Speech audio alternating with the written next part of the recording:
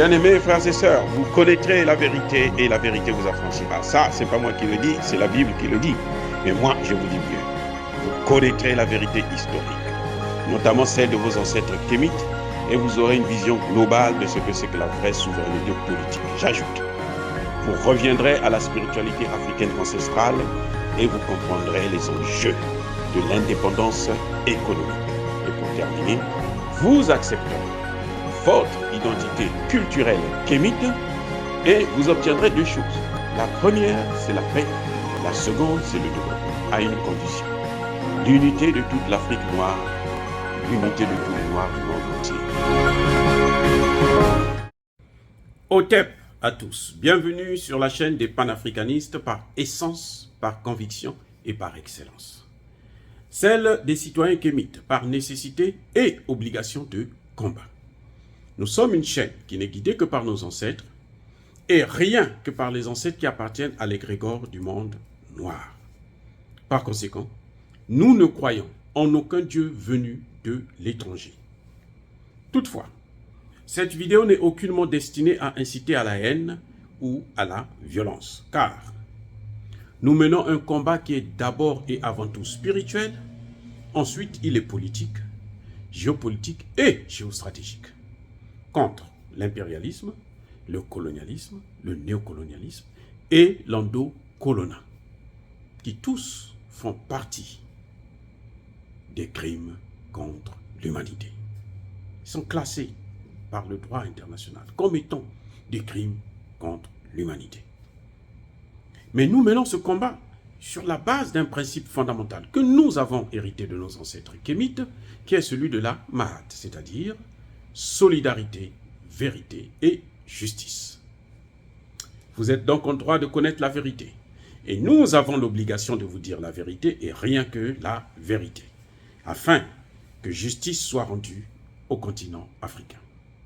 Et ça, c'est notre modeste contribution dans cette noble lutte en faveur de la souveraineté, la dignité, la solidarité et l'unité africaine. Ça, c'est ce que nous appelons le panafricanisme. Bien-aimés frères et sœurs, j'ai un gros problème avec le président Bazoum. Ce type, je ne sais pas ce qui lui arrive, mais je pense qu'il y a quelque chose qui ne va pas vraiment dans sa tête. Monsieur Bazoum s'est rendu il y a quelques semaines au Burkina Faso, avant que celui du Burkina Faso puisse entamer sa tournée touristique au Mali, qu'il a conduit après en Côte d'Ivoire. Monsieur Bazoum est allé voir Damiba. Ils ont discuté avec Damiba. Et ils ont fini par conclure une chose. C'est-à-dire que je ne comprends pas. Il y a un problème grave qui se passe dans la tête de ces dirigeants. En tout cas, cliniquement, je pense qu'ils doivent avoir des sérieux problèmes, certainement de folie ou quoi. Mais il faut pas être, c'est pas normal. Il y a quelque chose qui ne va pas. Les deux se rencontrent. Les deux chefs d'État se rencontrent. Et ils discutent sur la sécurité dans le Sahel. Ils arrivent à la conclusion que pour que on puisse retrouver la sécurité, la stabilité dans le Sahel, il faut que le Mali vienne combattre avec eux. Attendez. Mais pourquoi Bazoum a accepté de recevoir Barkhane? Ça dit que Barkhane est rejeté au Mali, est chassé du Mali. Le Mali, c'est un pays frère. Entre Assimi Goïta et Bazoum, ça dit que il n'y a pas d'intermédiaire. Mais le Mali chasse Barkhane parce que Barkhane a passé 9 ans avec aucun résultat. Sinon, un résultat médiocre. Sur 20, Barkhane devrait avoir 0 sur 20. 0. Parce que comme Barkhane arrive au Mali, le territoire est occupé à 5%. Et quand Barkhane part après 9 ans, le territoire est occupé à 80%. Donc, il n'y a pas de résultat du tout. Mais Bazoum choisit quand même de recevoir Barkhane. Très bien. Avant ça, Bazoum a reçu une base militaire américaine. Très bien. Il a reçu une base militaire allemande. Très bien. Il a reçu une base militaire espagnole. OK. Donc, avec tout ce monde-là, Bazoum ne peut pas régler le problème du terrorisme. Au Niger, il y a un problème. Est-ce que quand il a fait venir Barkhane, il a sollicité l'avis du gouvernement malien? Non. Quand il a fait venir l'armée américaine, il a sollicité le gouvernement malien? Non. Idem pour les Allemands et les Espagnols. Il n'a pas eu besoin de l'avis du Mali. Donc il n'a qu'à se débrouiller avec son fardeau. C'est lui qui les a fait venir. La population du Niger n'est pas d'accord. Les Nigériens ne sont pas d'accord. Ils n'en veulent pas. Surtout pas l'armée française. Parce qu'ils savent que l'armée française a échoué et elle n'a jamais rapporté une guerre. Elle n'a jamais gagné une guerre en Afrique et dans le monde. Elle n'a jamais apporté la stabilité dans un seul pays africain. Si vous les faites venir, c'est que vous avez un problème mental grave. Et maintenant, il va voir Damiba. Et Damiba aussi, pris par sa folie, parce qu'il veut le succès, il suit le mouvement. Damiba aussi, Damiba là, il a l'opération Sabre. C'est Demi Barkhane. Ils sont là depuis l'époque de Compaoré. Damiba continue à œuvrer avec eux. Ils sont là depuis longtemps. Là. Ils n'ont jamais réglé un seul problème, mais Damiba continue à les garder. Il ne peut pas changer de partenaire. Mais vous ne voyez pas que ces gens-là ont un problème mental grave? Il y a un problème. C'est comme si ça ne suffisait pas. Bazoum, qui est guidé par la France, bien sûr. Donc en fait, Emmanuel Macron envoie Damiba au Mali pour aller parler directement avec Assimi Goïta. Et Bazoum, lui, il se rend au Tchad pour aller voir le Tchadien pour dire non, et toi et moi là, il faut qu'on appelle le Malien pour que le Mali puisse revenir dans le G5 Sahel. Mais écoutez, ça dit que déjà le G5 Sahel n'existe pas. Le Mali est sorti du G5 Sahel depuis le 5 mai. Donc le G5 Sahel, ça n'existe plus. Mais ils disent quand même, non, le Mali doit revenir dans le G5 Sahel.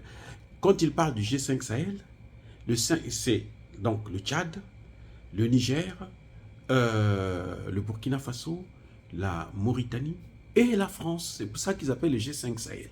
Donc en fait, ils veulent créer le G6 Sahel. Mais le Mali ne veut pas travailler avec des gens qui ont échoué.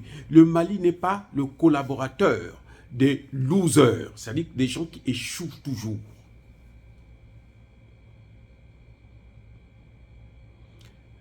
Quand vous voyez Bazoum faire ça, c'est parce que c'est Emmanuel Macron qui lui demande de faire. Mais papa, quand on te dit de faire quelque chose là, quand on te donne un ordre, quand c'est impossible, tu dis que c'est impossible. Tu dis que c'est infaisable. Tu ne peux pas dire que c'est infaisable et puis essayer de tenter de faire. Alors que tu sais très bien que c'est infaisable. Ça devient très idiot. C'est ridicule, les gars. Ça devient ridicule. Il a lancé un appel avec Damiba. Assimi Goïta n'a pas répondu. Il va maintenant voir le Tchadien. Il lance encore un autre appel. Assimi Goïta ne répond pas, il ne répondra pas. Parce qu'Assimi Goïta n'est plus dans vos imbécilités, là.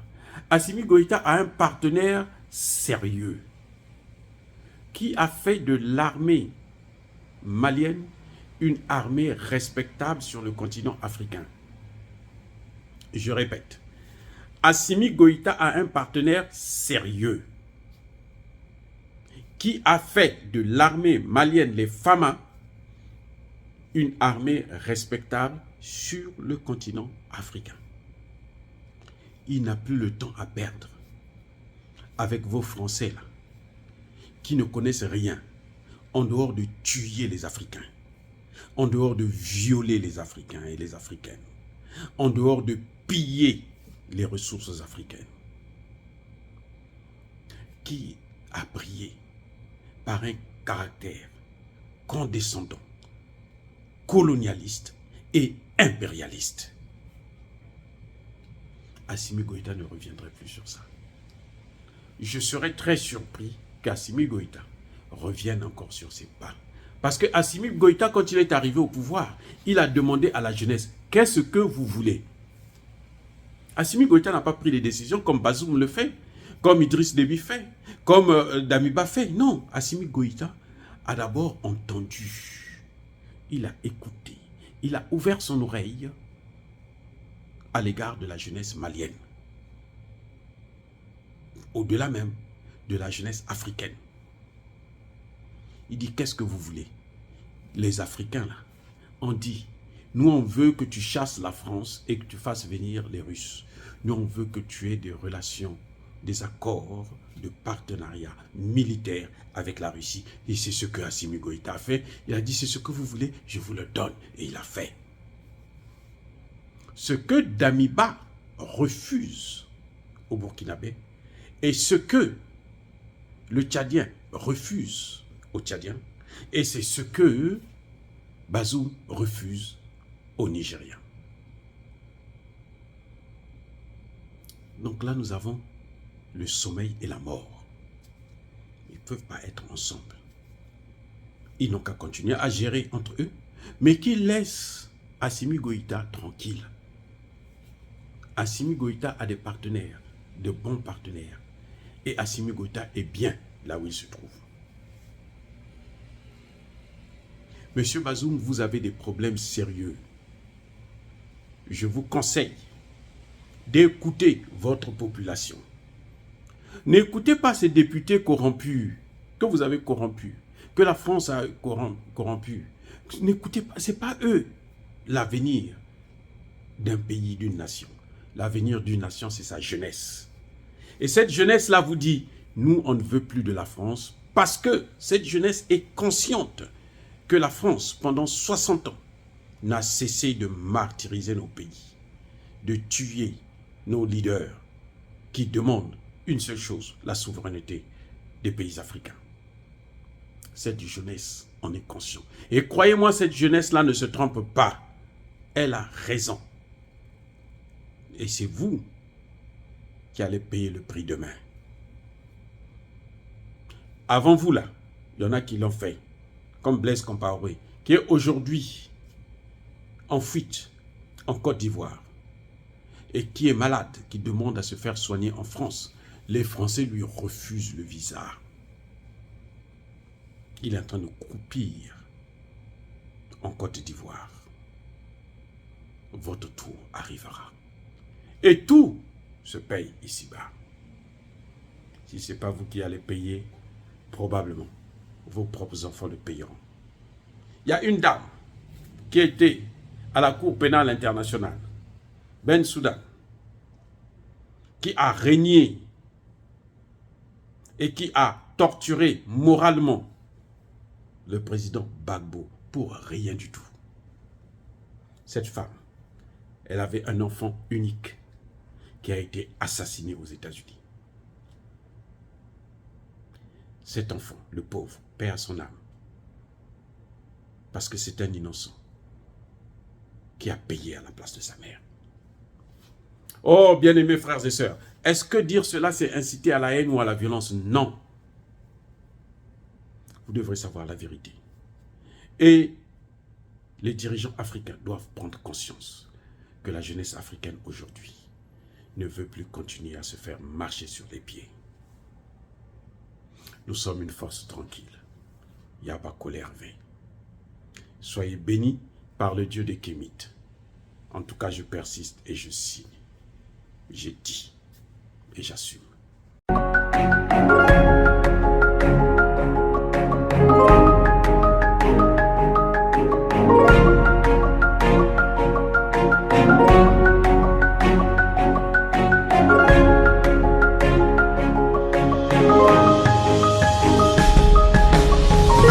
Eux, ils marchent par la foi et non par la vue. Mais moi, je vous conseille vivement de marcher par la connaissance scientifique et historique, notamment celle de nos ancêtres kémites, par les cinq sens et par l'intelligence. À vous, Apia.